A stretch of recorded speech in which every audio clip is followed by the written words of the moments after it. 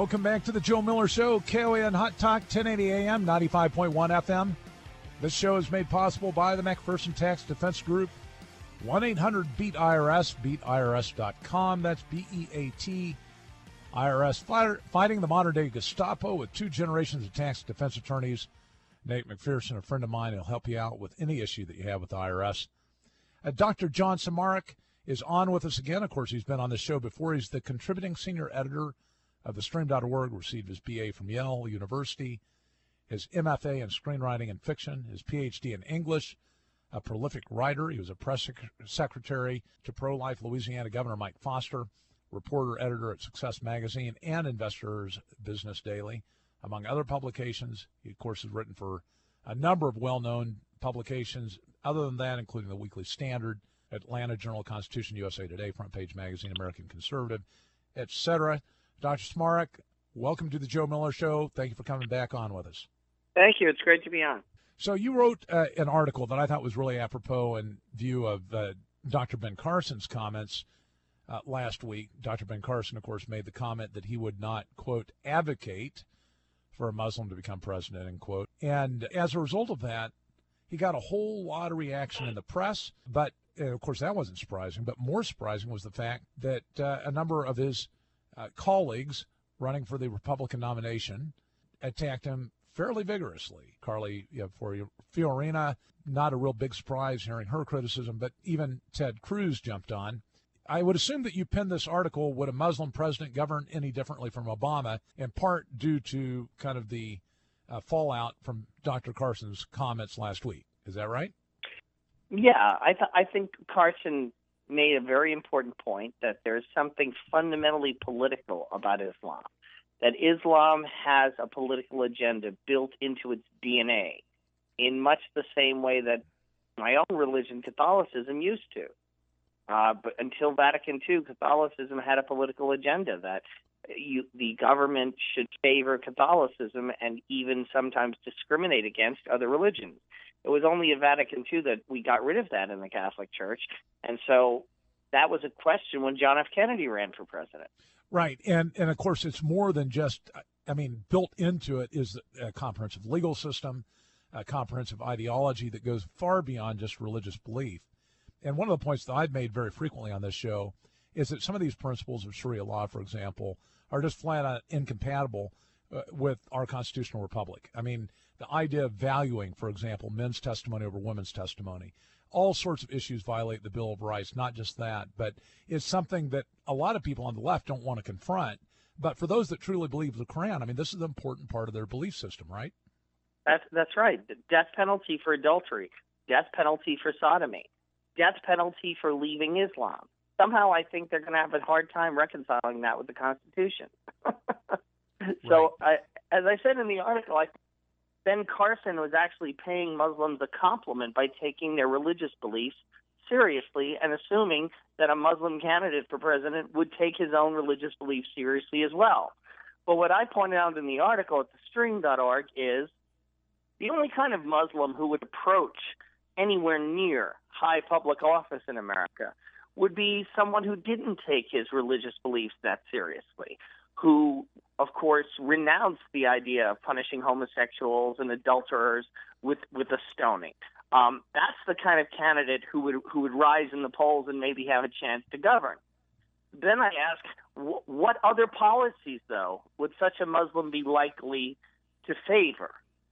Where would his Muslim origins affect him? And I suggest that he would be an anti-colonial, anti-imperial leftist in much the style that Barack Obama has been. So are you suggesting that Barack Obama is a Muslim? No, I'm saying that if he were, it wouldn't make any difference. If Barack Obama were a liberal Muslim, he would govern in exactly the same way. And that goes to a long range of issues. What would a liberal Muslim who's still pro-Muslim but not profoundly devout or openly devout, what would he do in office? Well, he would probably try to favor Arab states against Israel or Muslim states against Israel. You would see him do deals like with Iran. He would help Muslim states that were trying to arm themselves. Well, Obama did that. He would support religious Islamist movements against secular Arab governments, like the government of Libya, the government of Syria, the government of Egypt. Well, guess what? Obama did all of those things. Such a Muslim president would argue with, even when groups like ISIS committed atrocities, he would contextualize their atrocities and always be careful to point out that there were Christian atrocities too 1,000 years ago during the Crusades, just like Obama did at the prayer breakfast. So what I'm pointing out is, essentially, the only kind of Muslim president who could get elected president would be indistinguishable from Obama. So maybe Ben Carson's a little too late with his warning. Well, one of the things you left out, too, is the whole immigration refugee policy. There was a study that came out last week, maybe this weekend. We put it up at restoringliberty.com on Monday or Tuesday, talking about the numbers of immigrants that have come into this country. And we focused on those that have jumped significantly. The biggest increases for refugees and immigrants into this country have come almost exclusively from Muslim countries in the last 4 years, since 2010. You probably know this, but do you know what the largest increase, what country had the largest increase of immigrants into this country since 2010? I'm thinking Saudi Arabia. Spot on. 93% increase since 2010. Bangladesh that's is great number 2. because they provided 93% of the hijackers on September 11th, 2001. So that's perfect. Did. Unbelievable. I mean, and you would expect, of course, that from a president who has that kind of an inclination. So you don't put any, and I'm not trying to pin you down on this at all, but I mean, of course, there have been a number of visuals of Obama interacting with Muslim leaders, such as the king of Saudi Arabia several years ago, where Obama almost hit his feet with his bow. Do you put any credence or suggest that there's any evidentiary value there, that there is some empathy with Islamist type views, or do you think this was just Obama making a mistake socially in that interaction? I think Obama is not a Muslim because I think he's a Marxist and I think he's an atheist. I think he is pro-Muslim in the same sense that John F. Kennedy was pro-Irish. He feels a sense of origin, a sense of loyalty towards the Muslim world because he grew up in the Muslim world and he went to Muslim school.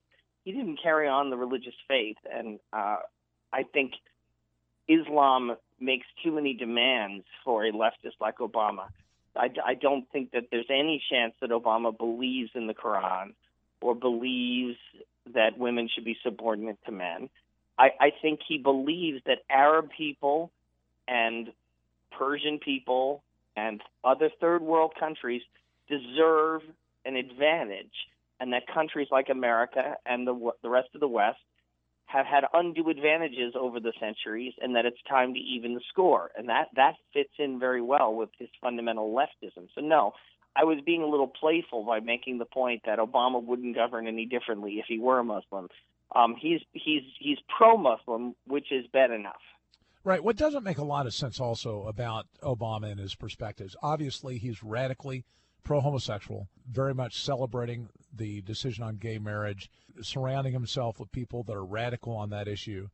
Obviously, that's something that's fundamentally rejected by those that really do have a serious view of the Quran. So, I mean, how do you reconcile that and that conflict? Well, no. So what I don't think he's a Muslim in any religious sense. I think he has a nationalistic loyalty towards countries in the third world, including Muslim countries. He has an anti-Western view. And we just have 30 seconds left in this segment, but his sympathies toward Islam, you think, would be in some way impacted by that kind of conflict with these issues that appear to be really strongly held views of Obama's on abortion, on gay rights. I think anti-Westernism trumps everything with these people. That's what multiculturalism dictates. Well, that's a rational position. Dr. Zmirak, appreciate that. We'll keep you on for the next segment. We're going to talk about the Pope, his visit, what's going on there. Stay with us. Back after these messages after the bottom of the hour.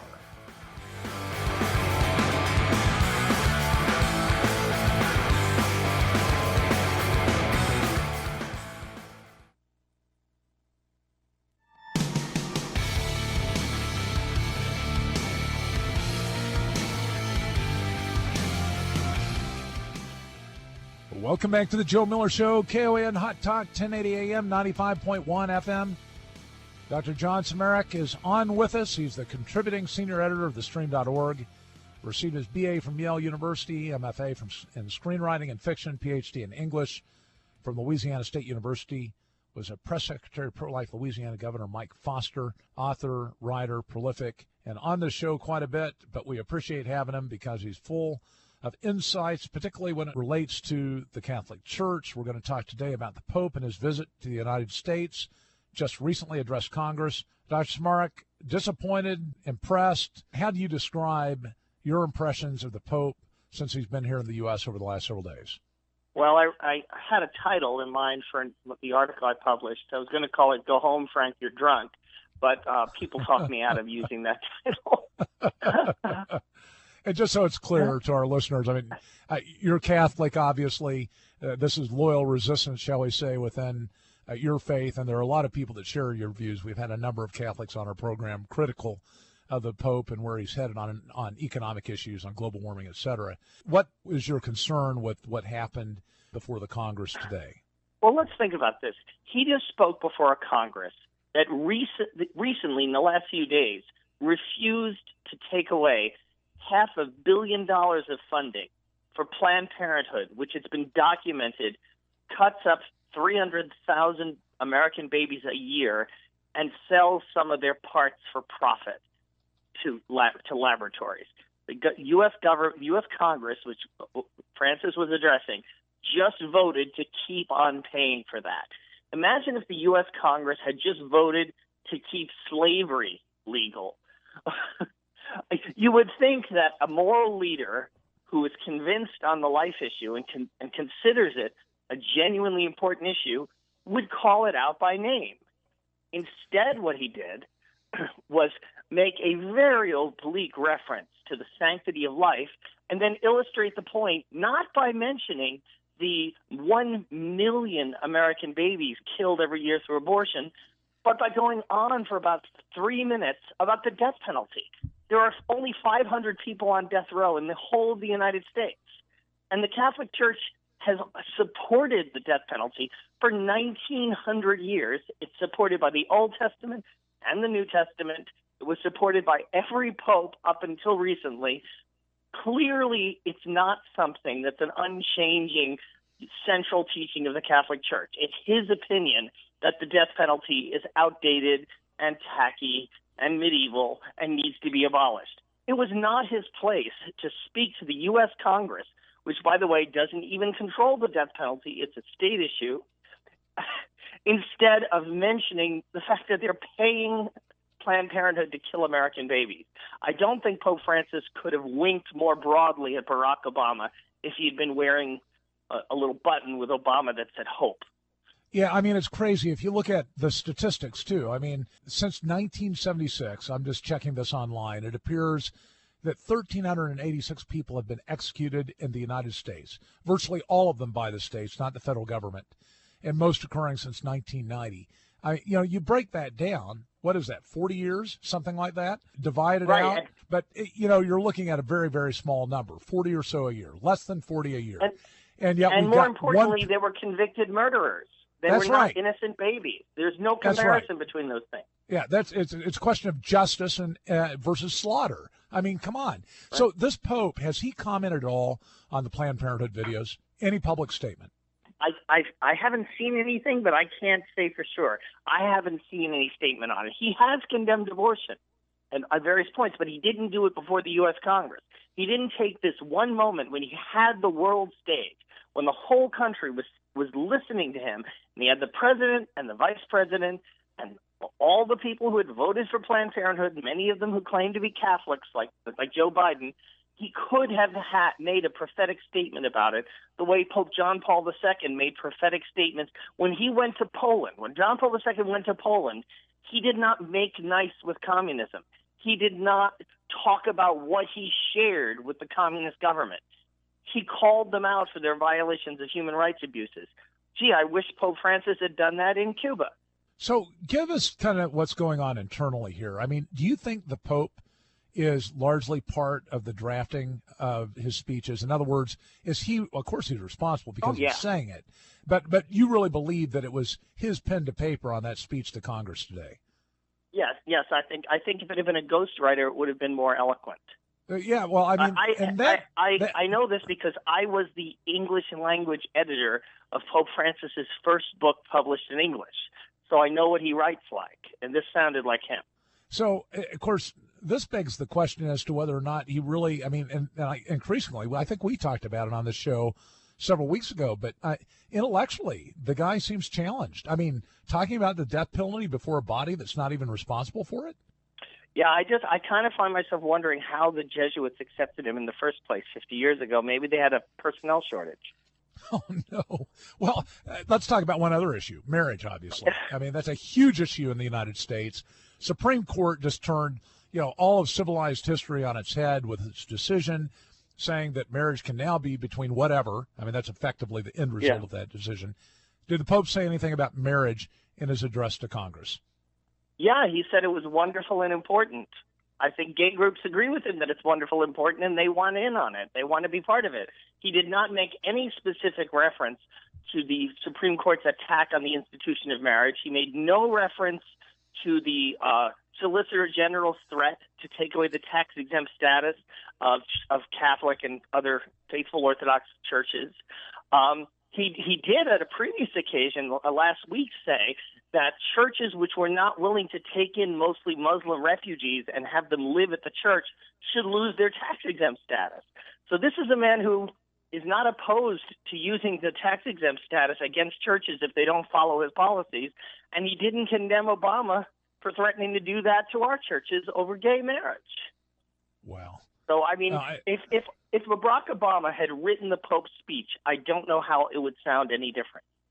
We had a guest on this program earlier this week that suggested that, in fact, this Pope is quite conservative on social issues, and that most of what we read, most of what we hear is just noise. But at his fundamental core, he's very pro-traditional marriage, very much pro-life, and that, those are non-negotiable issues for him.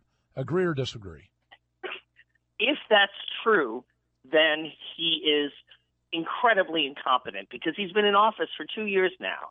There's a global perception that he doesn't really care about those issues very much and that he cares instead about economic redistribution and the environment and growing the government. He's presumably smart enough to see that this is how he's being perceived. He could change his rhetoric. He could talk more about abortion. He could stop spouting about economics and climate science, which he admits he doesn't personally understand.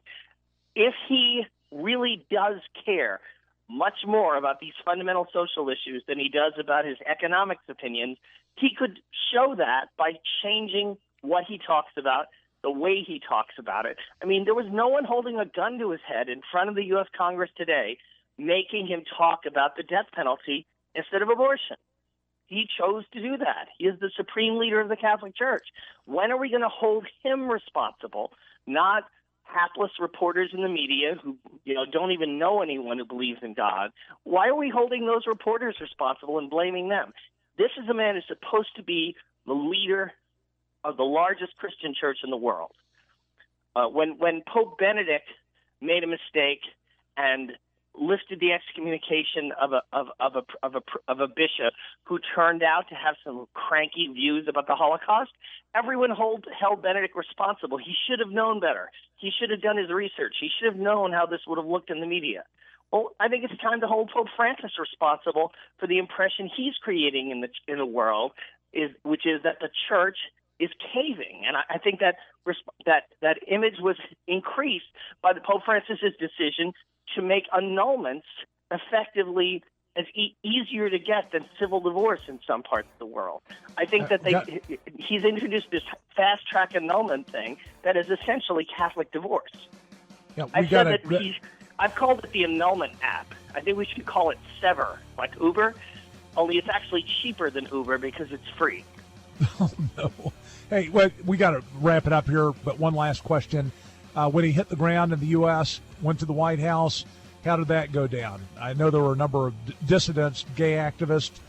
Any images come out of that disturb people? Nothing that I noticed. It seemed like a love fest to me. All right. Dr. Zmirak, thank you so much for talking to us about what's going on with the Pope. Also, your insights, the first segment. We'll get this podcast up for listeners that missed the first one later today, and we'll have Dr. John Zmirak on again on this program. Thanks again for being with us.